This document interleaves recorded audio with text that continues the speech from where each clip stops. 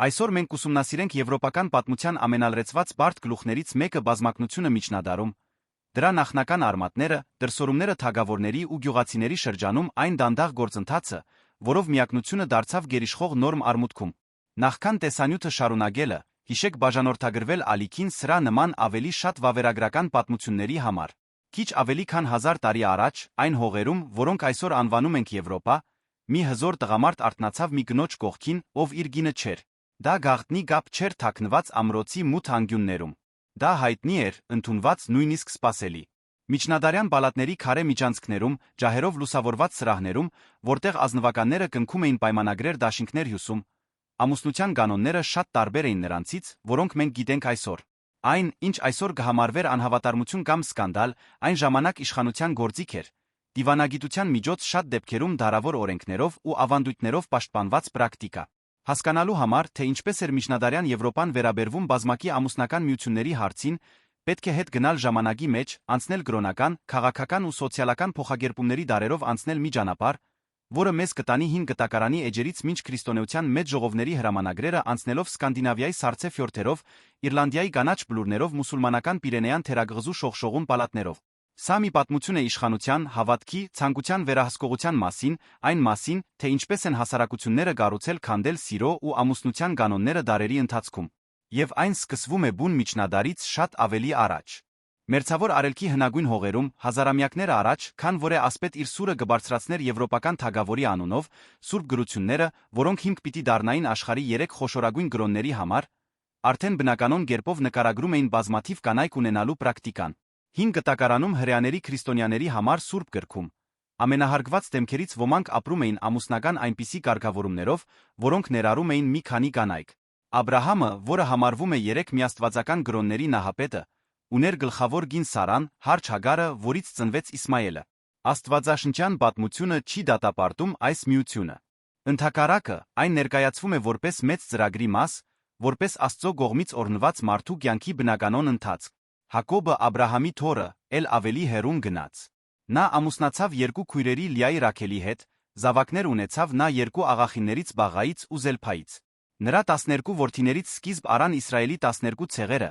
ինչը նշանակում է, որ հրեա ժողովրդի հիմնադրումն ինքնին արմատավորված է բազմակնության ընտանեկան կառուցվածքում։ Եվ դա միայն սերնդի հարց չէր։ Այս միություններից յուրաքանչյուրն իր հետ բերում էր իշխանության ազդեցություն, ընտանիքների միջ դաշինքներ տոհմի շարունակականության երաշխիքներ։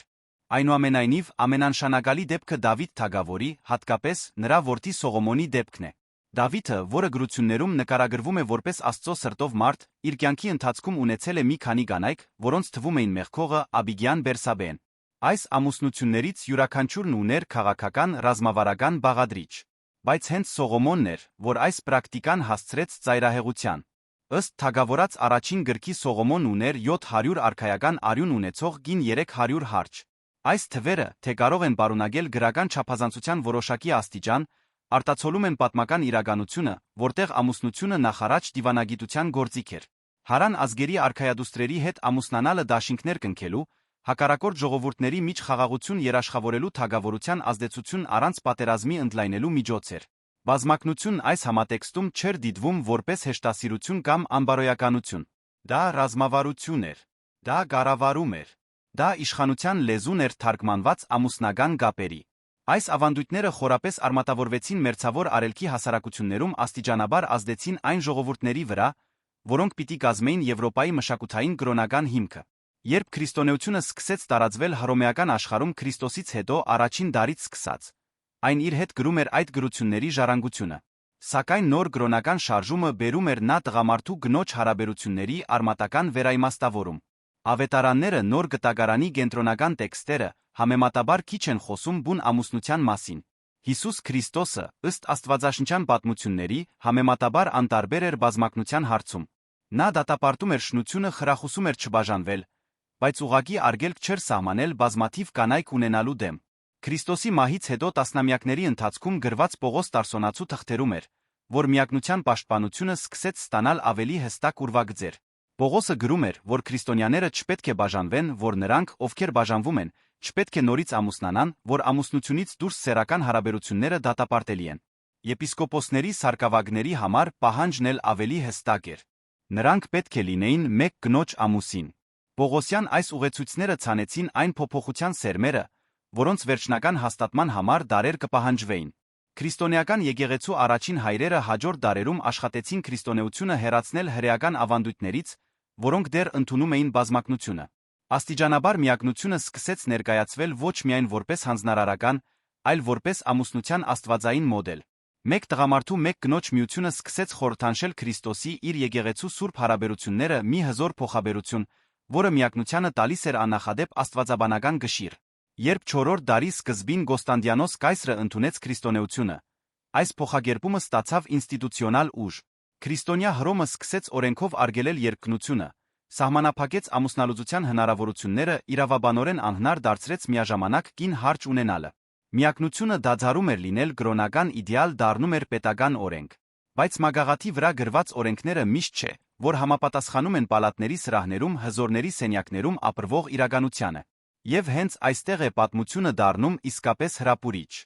Մինչ հռոմեացի աստվածաբաններն ու իրավաբաններն աշխատում էին միակնությունը որպես նորմ հաստատելու ուղղությամբ, գերմանական ցեղերը, որոնք բնակվում էին հռոմեական կայսրության հյուսիսում գտնվող ընդարձակ անտառներում, ապրում էին սեփական օրենքներով, որոնք շատ տարբեր էին հռոմեական քրիստոնեական օրենքներից։ Ֆրանկները, սաքսերը, լանգոբարդները այլ գերմանական ժողովուրդներ պահպանում էին ամուսնական ավանդույթներ, որոնք ներառում էին ամուսնական միության տարբեր ձեր։ Այս ժողովուրդների մեջ պաշտոնական ամուսնության հարջության միջ տարբերությունը հեղեղուկ էր։ Բարձր դիրք ունեցող տղամարդը կարող էր ունենալ գլխավոր կին, որի հետ ամուսնությունը նշվում էր համայնքի կողմից ճանաչված արարողությամբ, միաժամանակ ունենալ մեկ կամ մի քանի զուգընկերներ ոչ պաշտոնական, բայց հասարակության կողմից նույնքան ընդունված կարգավորումներով։ Այս միություններից ծնված երեխաները, թե կարող էին ունենալ տարբեր կարգավիճակ ժառանգության հարցում,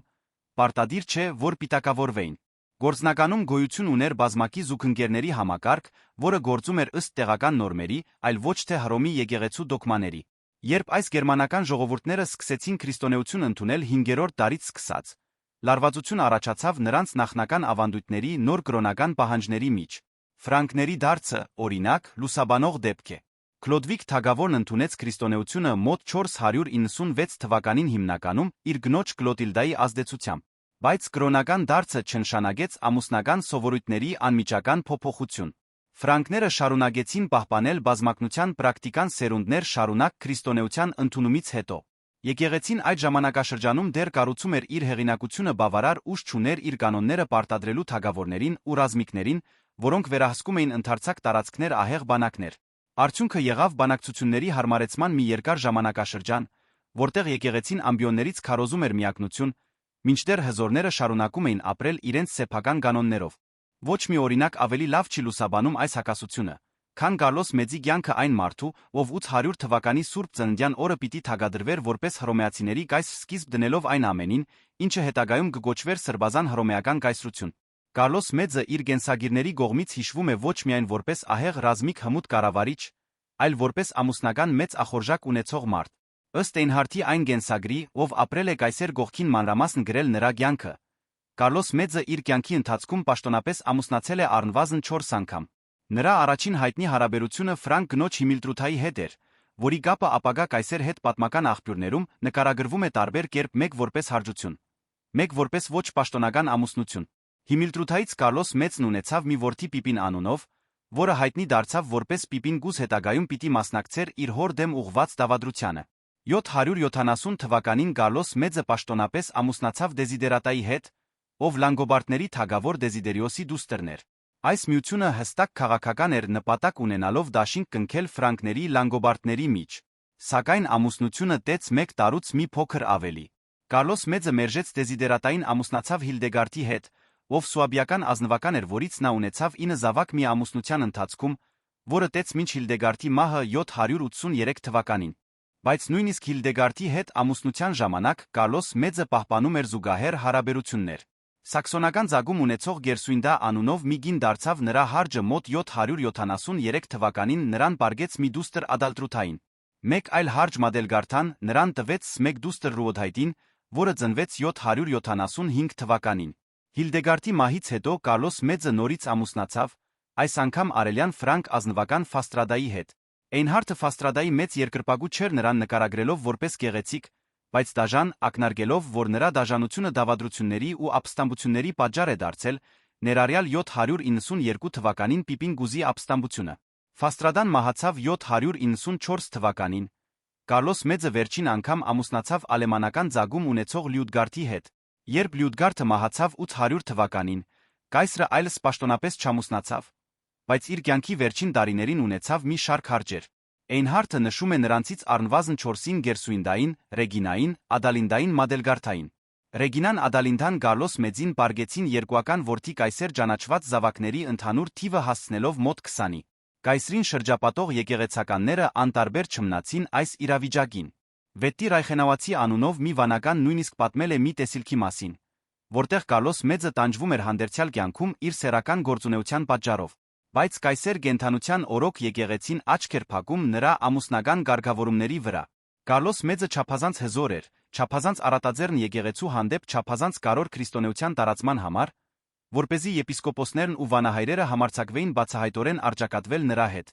Աշխարհիկ իշխանության գրոնական հեղինակության միջ այս դինամիկան իրականում գերիշխող մոդելն էր միջնադարյան Եվրոպայում։ Եկեղեցին քարոզում էր միակնություն, բայց թագավորների ու ազնվականների հովանավորության կարիքն ուներ։ Թագավորներն իրենց հերթին կարիք ունեին այն լեգիտիմության, որը եկեղեցու օրհնություն էր տալիս իրենց կառավարմանը։ Արդյունքը արտաքին ձագանությունների խաղ էր։ Ազնվականության բոլոր մակարդակներում ֆեոդալ տերերը պահում էին օրինական կանայք միաժամանակ ունենում հարճեր։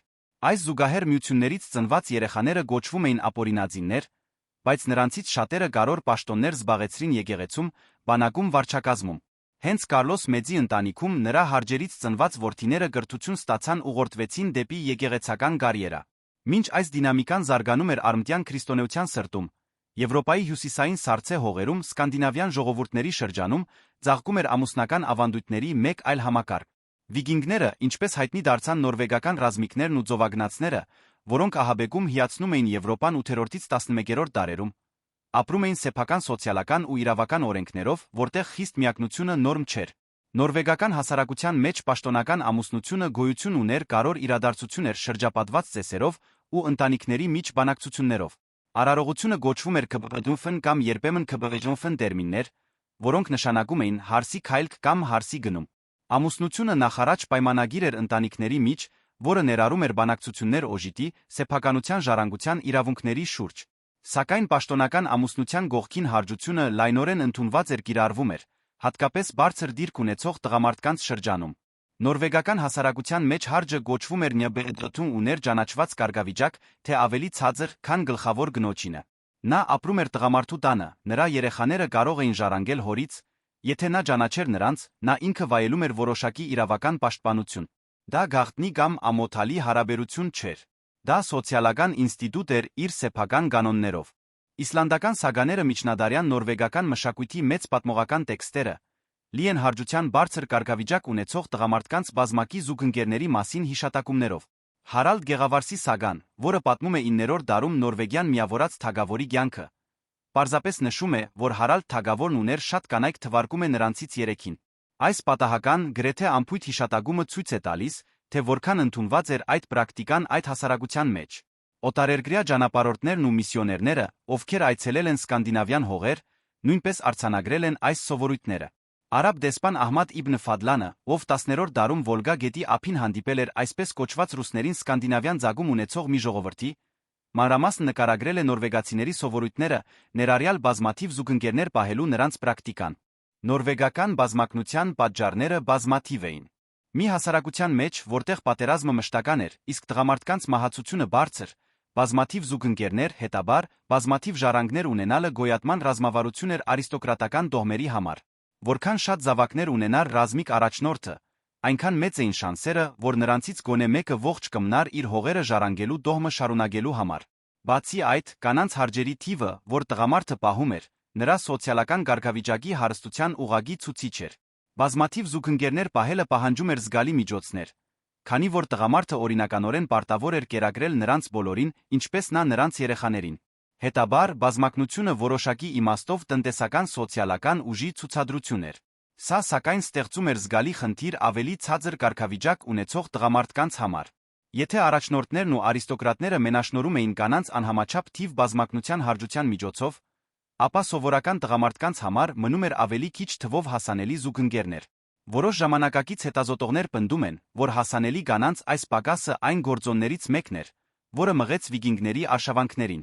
Երիտասարդ ռազմիկները, չունենալով ամուսնության հեռանկար իրենց հայրենի հողերում, մեկնում էին գողոպտի նվաճման արշավների փնտրելով բավարար հարստություն գին գրավելու համար, կամ որոշ դեպքերում կանանց գերեվարելով այն հողերից, որոնց վրա հարձակվում էին։ Կարևոր է նշել, սակայն, որ նորվեգական հասարակությունը պարզապես դրախտ չէր տղամարդկանց համար դժոխք կանանց։ Համեմատած Եվրոպայի այլ մասերի իրենց ժամանակագիցների հետ նորվեգացի կանայք վայելում էին զգալի իրավունքներ։ Նորվեգական օրենսդրությունը թույլ էր տալիս կանանց կարծիք հայտնել իրենց ամուսինների ընտրության հարցում, նախաձեռնել ամուսնալուծության գործընթաց, եթե դժգոհ էին ամուսնությունից, սեփականություն ունենալ իրենց անունով։ Կինը, որի հետ վատ էին վարվում կամ անտեսում էին, իրավունք ուներ բաժանվելու հետ ստանալու իր օժիտը։ Այս իրավական պաշտպանությունները նշանակում էին, որ թե բազմակնությունը գոյություն ուներ, այն գործում էր կանոնների մի շրջանակում, որը կանանց տալիս էր որոշակի երաշխիքներ։ Առաջին գինը, մասնավորապես, տան մեջ պահպանում էր հեղինակավոր դիրք, որը հարջերը չէին կարող հեշտությամբ վիճարկել։ Սկանդինավյան ժողովուրդների քրիստոնեացումը մի աստիճանական գործընթաց, որը տեց 10-րդից մինչ 12-րդ դար, բերեց աջող ճնշումներ բազմակնության հարջության պրակտիկայի դեմ։ Քրիստոնյա միսիոներները դատապարտում էին այս սովորույթները որպես մեղավոր Աստծո կամքին հակառակ։ Սակայն, ինչպես պատահել էր ֆրանկների հետ դարեր առաջ, կրոնական դարձը չնշանակեց սովորույթների անմիջական փոփոխություն։ 12-13-րդ դարերում գրված սագաները, որոնք նկարագրում են Իսլանդիայի Նորվեգիայի ժամանակակից իրադարձությունները, շարունակում են հաճախակի հիշատակել հարջության մասին, ինչը ցույց է տալիս, որ պրակտիկան պահպանվել է քրիստոնեության պաշտոնական ընդունումից երկար ժամանակ անց։ Սկանդինավիայից դեպի արմուտք Իռլանդիայի գանաչ ու անձրոտ կղզում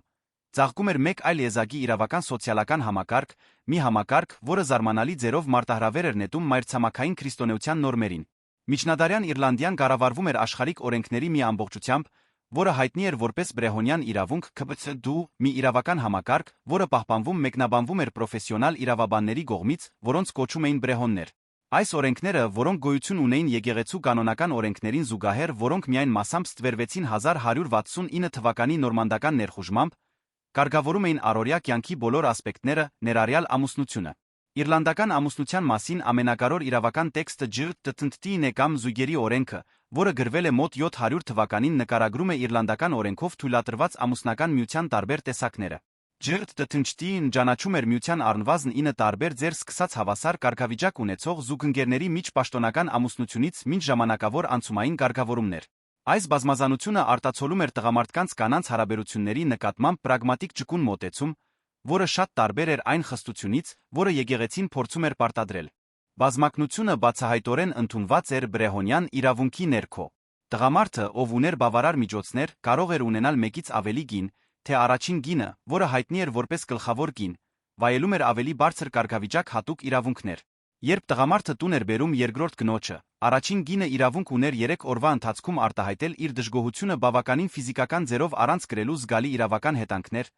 պայմանով, որ մշտական հետքեր չթողներ։ Որոշ պատմաբաններ ենթադրում են, որ մեղրամսի ավանդույթը նորապսակների արարողությունից հետո որոշ ժամանակով հեռանալու սովորույթը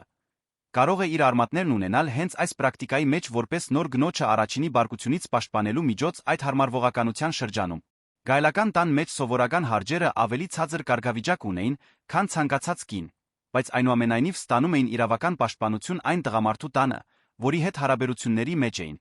Եվ ամենակարևորը բրեհոնյան իրավունքում գոյություն չուներ ապօրինացնության հասկացությունը։ Բոլոր երեխաները, անկախ նրանից ծնվել էին պաշտոնական գնոջից, երկրորդ գնոջից, հարջից, թե նույնիսկ պատահական կապից, ունեին ժառանգության իրավունքներ օրինականորեն պաշտպանված էին։ Օրենքի կենտրոնական հարցը ոչ թե երեխային ծնած հարաբերության բարոյականությունն էր, այլ այն, թե ով էր իրավաբանորեն պատասխանատու նրա ապրուստի դաստիարակության համար։ Իռլանդական ամուսնական պրակտիկաները պահպանվեցին դարեր շարունակ, նույնիսկ կղզու քրիստոնեացումից հետո։ Իռլանդական քրիստոնեության վանական կառուցվածքը, որը զգալիորեն տարբերվում էր մայրցամաքի եկեղեցական գազագերբությունից, նպաստեց այս պահպանմանը։ Եկեղեցական բարեփոխիչները չուշացան դատապարտել իռլանդական սովորույթները։ 1074 թվականին Քենթերբերիի arczepiskopos Lanfranc-ը գրեց իռլանդացի թագավորներին կղզում կիրառվող ամուսնական միությունները նկարագրելով որպես գարշելի փոխանակումներ։ Նույնիսկ Բեռնարդ Քլերվոացին 12-րդ դարի եկեղեցու ամենաազդեցիկ դեմքերից մեկը արտահայտեց իր վրդովմունքը պնդելով, որ Արմաղի եպիսկոպոս Մաղաքյան ուղարկվել է ոչ թե մարդկանց, այլ գազանների մոտ։ Այս դատապարտումները արտացոլում էին խորը մշակութային շոկը գայլական ավանդույթների այն ավելի ու ավելի խիստ նորմերի միջ, որոնք եկեղեցին փորձում էր պարտադրել ողջ քրիստոնեական աշխարհում։ Բրեհոնյան իրավունքի փոխարինումը կանոնական իրավունքով դանդաղ գործընթաց էր, որը վերջնականապես ավարտվեց միայն 17-րդ դարում, երբ անգլիական տիրապետությունը Իռլանդիայի վրա դարձավ բացարձակ։ Կաթոլիկ եկեղեցին, գիտակցելով, որ ամուսնության վերաբերյալ իր կանոնները հաճախ անտեսվում կամ շրջանցվում էին, ողջ միջնադարի ընթացքում շարունակական ջանքեր գործադրեց ամուսնական ինստիտուտի վրա իր վերահսկողությունը հաստատելու համար։ Այս գործընթացը միանգամից տեղի չունեցավ, այլ կառուցվեց աստիճանաբար մի շարք ժողովների, հրամանագրերի աստվածաբանական հայտարարությունների միջոցով, որոնք միասին ամուսնությունը ընտանիքների միջ պարզ պայմանագրից վերածեցին Սուրբ Խորհրդի եկեղեցու բացառիկ իրավասության ներքո։ Այս գործընթացի ամենակարևոր հանգրվաններից մեկը Լաթերանի 4-րդ ժողովն էր, որը հրավիրվել էր Ինոկենտիոս Ռյուժ պապի կողմից տեղի ունեցավ 1215 թվականի նոյեմբերին։ Այս ժողովը, որը հաճախ անվանում են Մեծ ժողով, հավաքեց ավելի քան 400 եպիսկոպոսների ողջ արմտյան արելյան քրիստոնեական աշխարհից, ինչպես նա հարյուրավոր վանահայրերի, առաջնորդների եվրոպական միապետների ներկայացուցիչների, ներառյալ Ֆրիդրիխ Զեժ կայսեր Ֆրանսիայի, Անգլիայի, Արագոնի, Հունգարիայի, Կիպրոսի ու Երուսաղեմի թագավորների պատվիրակներին։ Դա 451 թվականին տեղի ունեցած Քաղկեդոնի ժողովից ի վեր ամենամեծ տիեզերական ժողովն էր։ Դրա հրամանագրերը խորը ազդեցություն ունեցան ողջ միջնադարյան հասարակության վրա։ Լաթերանի 4-րդ ժողովի կողմից ընդունված 71 կանոնների մեջ մի քանիսը ուղղակիորեն վերաբերում էին ամուսնությանը։ 50-ից մինչ 52-րդ կանոնները անդրադառնում էին ազգակցական կապի պատճառով ամուսնական խոչընդոտներին, ամուսնական ծանուցումների հրապարակմանը, ամենակարևորը գաղտնի ամուսնությունների արգելքին։ Մինչ 1215 թվականը քրիստոնեական աշխարհում ամուսնությունը հիմնականում մասնավոր պայմանագիր էր երկու կողմերի միջ։ Տղամարդը կինը կարող էին վավերականորեն ամուսնանալ առանց վկաների ներկայության, առանց քահանայի, առանց որևէ հանրային արարողության։ Բավական էր փոխադարձ համաձայնությունը, որպեսզի միությունը համարվեր վավերական։ Այս ճկունությունը, թե կարող էր թվալ ազատագրող, ստեղծում էր հսկայական խնդիրներ։ Չափազանց դժվար էր ապացուցել կամ վիճարկել ամուսնության գոյությունը, երբ չկային ոչ գրանցումներ, ոչ վկաներ։ Տղամարդիկ կարող էին պնդել, որ երբեք չեն ամուսնացել մի կնոջ հետ, նույնիսկ եթե նա հակառակն էր պնդում։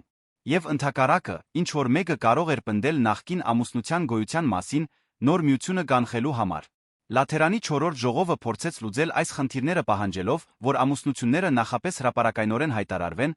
որպեսզի ցանկացած ոք, ով գիտի օրինական խոչընդոտի մասին, կարողանա ներկայացնել այն նախքան արարողությունը։ Ժողովը նա պաշտոնապես ամուսնությունը բարձրացրեց խորհրդի կարգավիճակի, այն դնելով եկեղեցու ուղղակի իրավասության տակ դարձնելով սուրբ ու սկզբունքորեն անլուծելի կապ։ Սակայն, ինչպես հաճախ էր պատահում միջնադարում, օրենքի պրակտիկայի միջ հեռավորությունը զգալի էր։ Լաթերանի 4-րդ ժողովի հրամանագրերը մեկ օրում չվերացրին ոչ պաշտոնական բազմակնությունը։ Թագավորներն ու ազնվականները շարունակեցին պահել սիրուհիներ հարջեր, հաճախ շրջապատի բոլոր մարդկանց, ներառյալ հոգորականության լրելյային գիտությամբ։ Այն, ինչ փոխվեց, իրավական բարոյական շրջանակն էր, որի ներսում գործում էին այս պրակտիկաները։ Եթե մինչ եկեղեցական կարգավորումը ազնվականը կարող էր բազմաթիվ զուգընկերներ պահել համեմատաբար բացահայտորեն, ապա այժմ նա ստիպված էր դա անել ավելի զուսպ պահպանելով միակնության արտաքին տեսքը, մինչդեռ իր զուգահեռ հարաբերությունները վարում էր կուլիսների հետում։ Բազմակնությունը չանհետացավ։ Այն դարձավ գաղտնի։ Այս ինստիտուցիոնալացված կեղծավորությունը պահպանվում էր ազնվականության հոգորականության միջ փոխադարձ օգուտների համակարգով։ Ազնվականները, ովքեր հարջեր էին պահում, փոխհատուցում էին եկեղեցու հանդուրժողականությունը հողերի, փողի արտոնությունների առատաձեռն նվիրատվություններով։ Եպիսկոպոսներն ու վանահայրերը, ովքեր աչք էին փակում հզորների ամուսնական անկանոնությունների վրա, փոխարենը ստանում էին քաղաքական պաշտպանություն նյութական ռեսուրսներ։ Եկեղեցին գիտեր, որ ազնվականության հետ ուղղակի արձակատումը նշանակում էր իշխանություն ազդեցություն գործնելու ռիսկի դիմել։ Իսկ ազնվականությունը գիտեր, որ եկեղեցու հետ ջերմ հարաբերություններ պահպանելը էական էր իր կառավարման լեզվի համար։ Այս նուրբ հավասարակշռությունը տեց դարեր շարունակ խորապես ձավորեց այն ձը,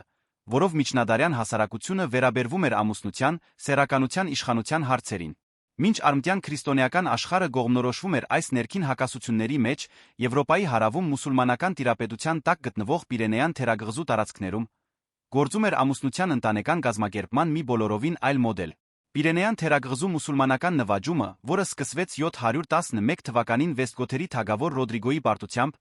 Արմտյան Եվրոպա ներմուծեց իսլամական իրավունքի վրա հիմնված իրավական սոցիալական համակարգ, որը բացահայտորեն թույլատրում էր բազմակնությունը։ Ըստ իսլամական իրավագիտության մուսուլման տղամարդը կարող էր միաժամանակ ունենալ մինչ 4 կին, պայմանով, որ կարողանար նրանց վերաբերվել հավասարապես արդարացիորեն, ինչպես նա կարող էր հարջեր պահել։ Ալ-Անդալուսը, ինչպես կոչվում էին մուսուլմանական տիրապետության տակ գտնվող Պիրենեան տարածքները,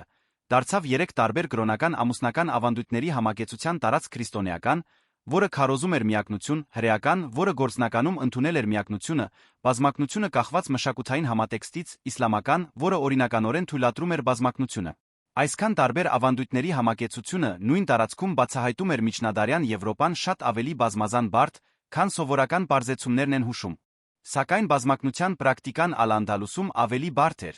քան պարզ իրավական թույլտվությունը կարող էր հուշել։ Մալիքիական իրավական դպրոցը, որը գերիշխող էր Պիրենեան իսլամական իրավունքում,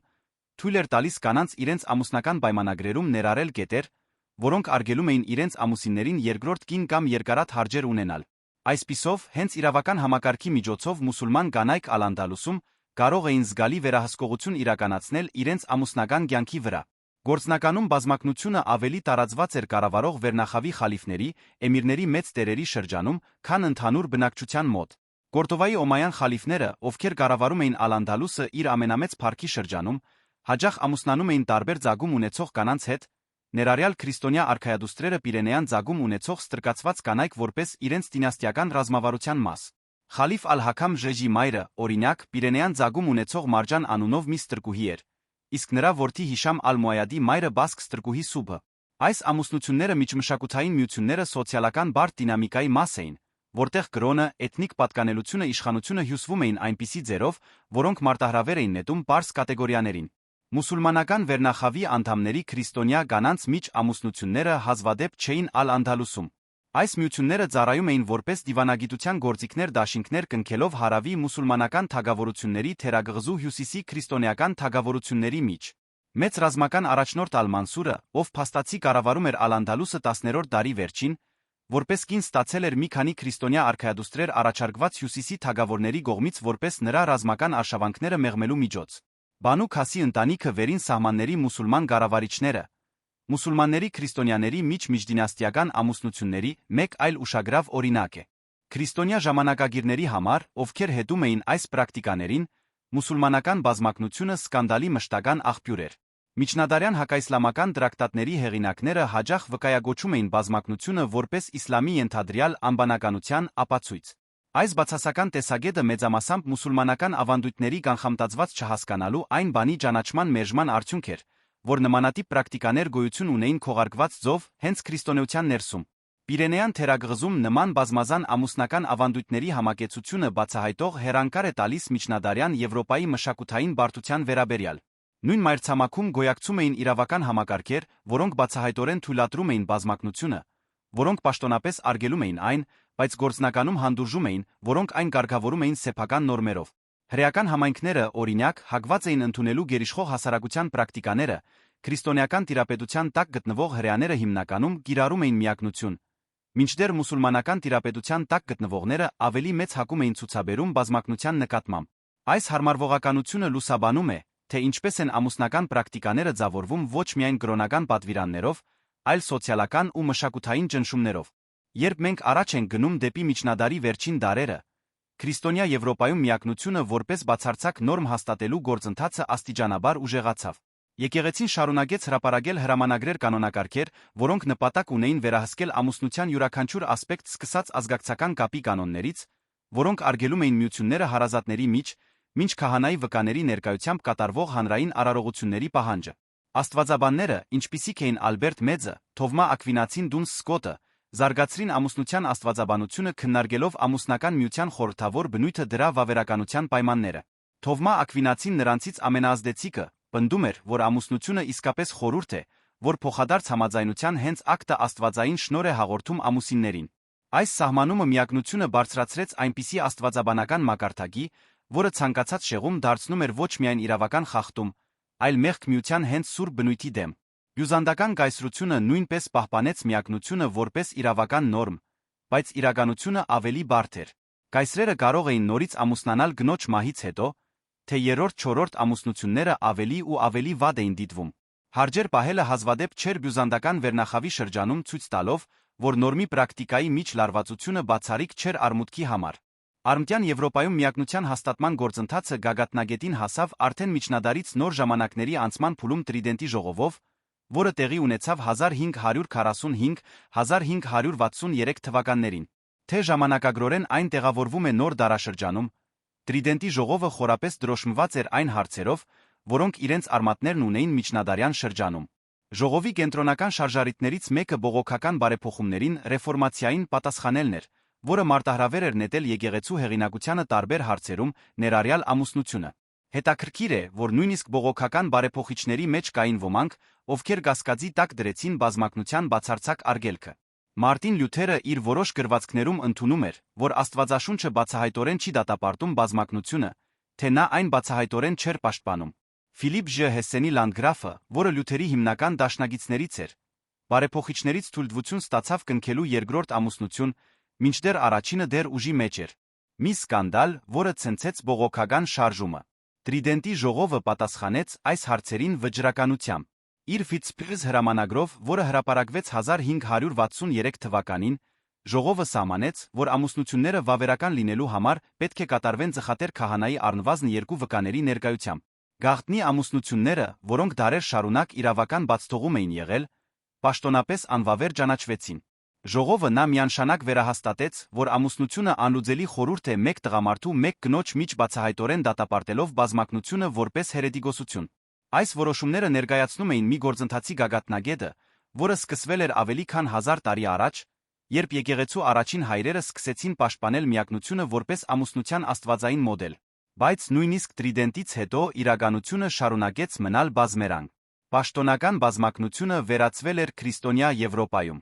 Ոչ մի ազնվական այլս չէր կարող բացահայտորեն պահել բազմաթիվ կանայք առանց լուրջ հետանքների բախվելու։ Սակայն ոչ պաշտոնական բազմակնությունը քողարկված պաշտոնական սիրուհիների հանդուրժվող արտամուսնական հարաբերությունների տեսքով շարունակեց գոյություն ունենալ դարեր շարունակ։ Հաջորդ դարերի եվրոպական արքունիքները հայտնի էին իրենց թագավորական ֆավորիտներով սիրուհիներով կանայք, ովքեր հսկայական ազդեցություն էին բանեցնում, չնայած միապետների օրինական կանայք չէին։ Այն, ինչ փոխվել էր, ոչ այնքան վարքագիծն էր, որքան իրավական բարոյական շրջանակը,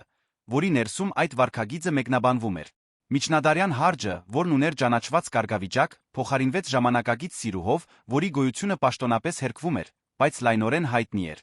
Պիրենեան թերակղզու մուսուլմանական տարածքները աստիճանաբար նվաճվեցին քրիստոնեական թագավորությունների կողմից մի գործընթացի միջոցով, որը հայտնի դարձավ որպես ռեկոնկիստա։ Քանի որ քրիստոնեական թագավորությունները առաջ էին շարժվում, մուսուլմանական ամուսնական պրակտիկաները, ներառյալ բազմակնությունը, փոխարինվում էին քրիստոնեական նորմերով։ 1492 թվականին Գրանադայի անկումը նշանավորեց թերակղզում վերջին մուսուլմանական թագավորության ավարտը խորհրդանշականորեն ներկայացրեց այն ժամանակաշրջանի փակումը, երբ տարբեր ամուսնական ավանդույթներ համագեցվել էին նույն տարածքում։ Մնացած մուսուլման բնակչությունը ենթարկվեց աջող ճնշումների ընդունելու քրիստոնեական սովորույթները, մորիսկների վերջնական արտաքսումը, որը հրամայվեց 1609 թվականին, փակեց Պիրենեան պատմության այդ գլուխը։ Գայթակղիչ է նայել այս պատմությանը տեսնել դրա մեջ առաջընթացի գծային պատմություն։ Բայց դա կլիներ պարզունակ ընթերցում։ Միջնադարյան բազմակնությունը պարզապես բարբարոսական ժամանակների մասունք չէր։ Դա սոցիալական բարդ ինստիտուտ էր, որը կատարում էր հատուկ գործառույթներ։ Հին գտակարանի նահապետների համար դա ժողովրդագրական ընդլայնման դաշինքների ձևավորման գործիք էր։ Ֆրանկների թագավորների համար դա դիվանագիտության միջոց էր։ Վիկինգ ռազմիկների համար դա տոհմի հավերժացման ռազմավարություն էր։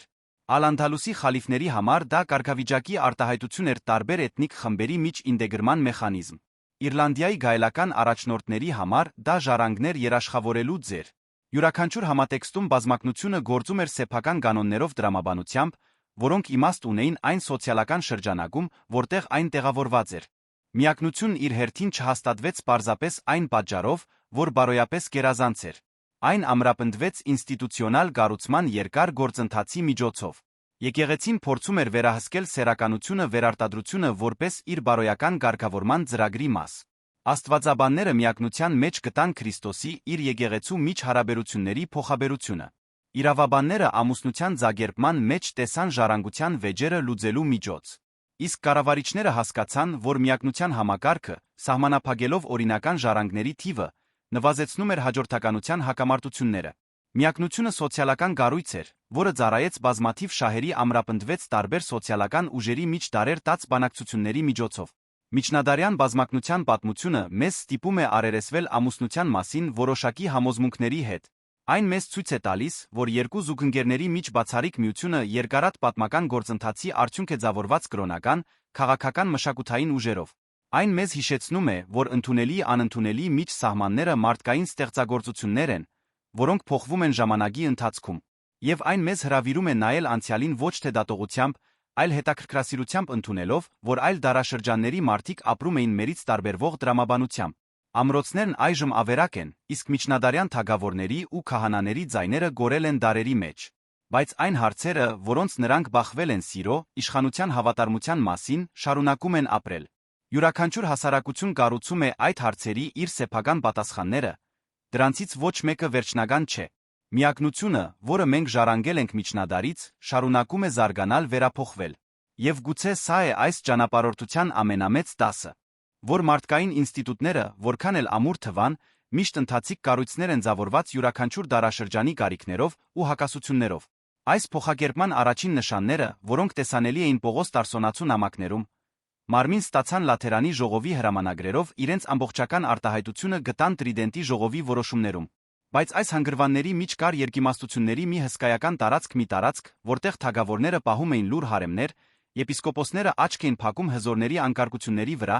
իսկ բոլոր վիճակների կանայք կողմնորոշվում էին մի համակարգում, որը միաժամանակ պաշտպանում էր իրենց սահմանափակում։ Միջնադարյան բազմակնության պատմությունը պարզ անցման պատմություն չէ։ Դա մշտական լարվածության պատմություն է իդեալի իրականության, օրենքի սովորույթի, հավատքի իշխանության միջ։ Միջնադարյան ամրոցների մառաններում, վանքերի սկրիպտորիումներում, որտեղ վանականները արտագրում էին օրենքներ ու քարոզներ, Պիրենեյան քաղաքների շուկաներում, որտեղ քրիստոնյաները, մուսուլմանները հրեաները արտուր էին անում կողք կողքի, նորվեգական երկար տներում, որտեղ ռազմիկները սագաներ էին պատմում գրագի շուրջ, ամուսնության կանոնները ապրվում վերափոխվում էին յուրաքանչյուր սերնդի հետ։ Այսօր մենք նայում ենք այս պրակտիկաներին դարերի հեռավորությունից կարող ենք զարմանալ, թե որքան են դրանք տարբերվում մեր նորմերից։ Բայց գուցե ավելի մեծ զարմանքը լինի բացահայտելը, որ ամուսնության ընտանիքի մասին մեր համոզմունքները պատմական ընտրությունների արդյունք են, որոնք կարող էին այլ լինել։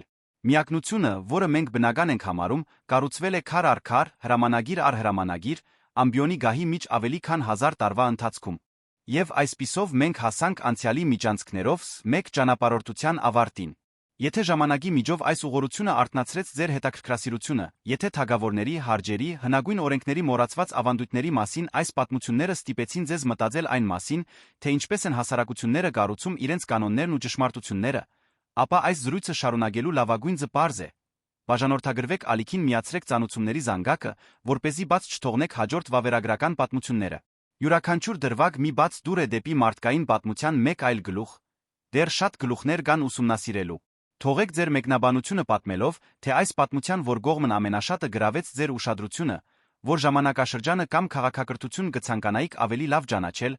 կամ պարզապես կիսվեք ձեր տեսակետով։ Ձեր մասնակցությունը հարստացնում է այս տարածքը օգնում մեզ բերել ավելի ու ավելի որակյալ բովանդակություն։ Եվ եթե այս տեսանյութը արժեքավոր էր ձեզ համար,